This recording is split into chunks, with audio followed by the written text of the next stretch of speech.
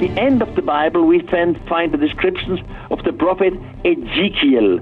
He was a high priest in Jerusalem, and at his time, Jerusalem was captured by the Babylonians. So Ezekiel was one of the slaves working for the Babylonians outside in the desert. And of a sudden, the heavens opened, and all the slaves saw an object coming down. And Ezekiel, in the beginning, he believes that must be God, the Almighty God. So he fell down on his knees, and then he realized this is not God. And he starts to describe what he sees. In front of his eyes stands a gigantic chariot with a light, a glittering of light. He describes the wheels. He says the wheels can go in every direction, forward and backward, right and left, without turning itself. You see, in the Bible, for example, shortly there is mentioned the man with the name of Enoch. And in the Bible you only read that Enoch was a prophet before the great flood, and Enoch was the first human who disappeared in a fiery chariot. Then, nearly 200 years ago, an Englishman was in Ethiopia, and there in the old library he found a book called the Book of Enoch. And the prophet Enoch clearly says he was 12 years old when something descended from the sky, again with loud noise. The whole community of the village were afraid and ran away, but the 12-year-old Enoch was standing there. And then two people came close to him. At least they looked like people, but they had glittering suits on, and they had helmets. So these two strangers say to Enoch, to the boy, "If you wish, we will take you up over the sky, over the earth, and we will show you your planet from above."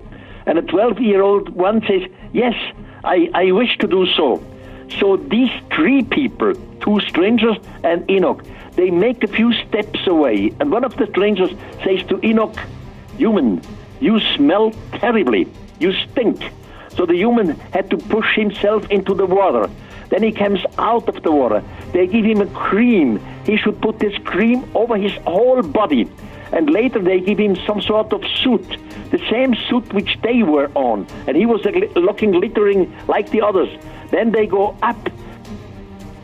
Of course, Enoch has no technological words. He cannot explain what it was. He has no word like space shuttle or mother spaceship. He simply explains, "When I was up there, I wish to fall down to the earth." So if someone wishes to fall down to the earth, he cannot be on earth. Then he said, the high place on which we stood always turned up and turned down. Of a sudden, I saw our Earth, the planet Earth, up, and I saw the stars down. Now soon as you are in a mother spaceship, which surrounds the Earth in an orbit, this mothership itself would turn around its own axis. By turning around its own axis, you create an artificial gravity by the centrifugal force. So it's a must to turn a spaceship around its own axis. Now, all these things are scientific information. It's not just a wish or a dream. The informations are too precise. And the universe is endless, and there are thousands, billions forms of life. Well, I had the chance to come together with brilliant people. And some of these brilliant men, they told me they know that there are extraterrestrials. For example, Ed Mitchell. Ed Mitchell, it was an American astronaut. He was the 6th man on the moon.